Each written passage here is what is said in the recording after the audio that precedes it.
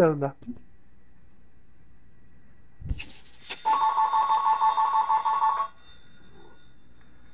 So, here is the typewriter. So, just type. Paper goes in up here. There's cat hair in here. This rubber roller is 100 years old, and it's supposed to take the impact from the flying type bars, but it's hard as a rock, so it does not, the typewriter does not make good, hard, easy-to-read copy. But I'm going to get that thing is called, the roller is called the platen, and I'm going to get it stripped of its old rubber and have new rubber put on. I'll just type something.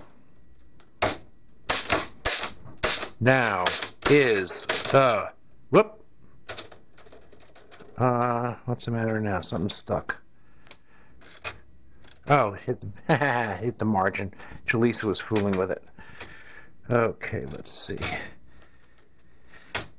Now is the time.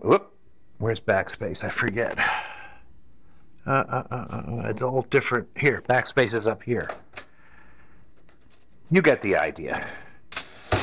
And you use this thing to advance the paper and push the carriage all the way back so you can start on the next line. And as you can see, the characters are arranged exactly the same as on a computer keyboard. Q, W, E, R, T, Y, U, I, O, P, etc. Here's the shift key to get capital letters, and what it does is it moves the carriage up and down because each of the little keys, the little type bars they're called, has two letters on it, the capital letter and the lowercase letter. And when you push up the carriage, it gets the letter that's on the top, which is the capital letter. Very, very ingenious. You see the type bars flying around?